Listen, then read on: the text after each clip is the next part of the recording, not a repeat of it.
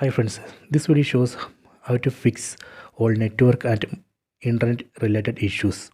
Please don't forget to subscribe this channel. Please like and share the video. Go to settings, tap on the settings app icon, select connection and sharing, go down, select reset Wi-Fi, mobile networks and Bluetooth. So here you can see this operation would reset Wi-Fi, mobile data and Bluetooth settings. Tap on this reset settings button, tap on OK.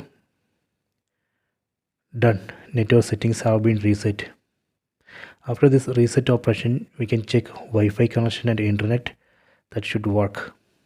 So this way we can reset network settings and fix all network and internet related issues. Okay, so I hope you have enjoyed this video. Please check it.